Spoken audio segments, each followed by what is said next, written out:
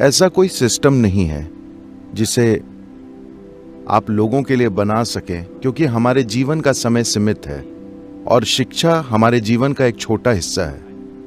To create ऐसा system जो सभी को जीवन के हर पहलू का अनुभव करवाए, नहीं, ये इस तरह काम नहीं करेगा। किसी की रुचि पढ़ाई में है, उसे उस दिशा में जाना चाहिए। कोई बस एक रोजगार चाहता है, उसे उस दिशा में जाना चाहिए। किसी के पास दूसरे प्रकार की काबिलियत है, उसको उस दिशा में जाना चाहिए। मुझे लगता है कि शुरू में ही मैं कहता हूं कि 12 की उम्र तक सभी पर्याप्त रूप से साक्षर हो जाते हैं।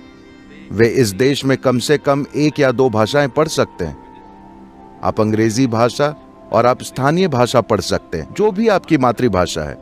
इन 2 भाषाओं को आप पढ़ सकते हैं और कागज पर लिखी बात को आप समझ सकते हैं। हमें बच्चे को 12 वर्ष तक इस स्तर तक लाना चाहिए। हमें उनको बहुत सारी चीजों से भरना नहीं चाहिए, बस भाषा और समझ। मैं जो पढ़ता हूं वो समझता हूं, इतना काफी है। अगर आप 12 साल की उम्र तक उन्हें इतना काबिल बना दें तो आप मूल्यांकन कर सकते हैं कि कौशल के आधार पर कौन जा सकता है। उसी चीज में थोड़े ऊंचे स्तर पर किसे जाना चाहिए, किसे पढ़ाई की दिशा में आगे जाना चाहिए, ये करना जरूरी है। अगर ऐसा नहीं होगा तो सभी शिक्षा की मशीन में जबरदस्ती धकेले जाएंगे। लोग आत्महत्याएं कर रहे हैं, 1 या 2 नहीं। in 2016 में 18 वर्ष से कम के 17,600 युवाओं ने आत्महत्या की, जिसमें लगभग 7,000 बच्चे 15 वर्ष से कम उम्र के हैं। अगर 12, 13, 14 साल के लड़के और लड़कियां खुद को मार रहे हैं, तो क्या हम अपने समाज में कुछ बुनियादी गलती नहीं कर रहे हैं?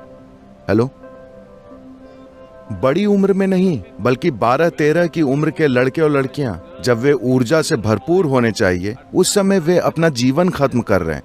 तो बात साफ है कि हम बहुत बुनियादी गलती कर रहे हैं, है ना? और दुर्भाग्य से इन आत्महत्याओं में से 90% शिक्षा से संबंधित है।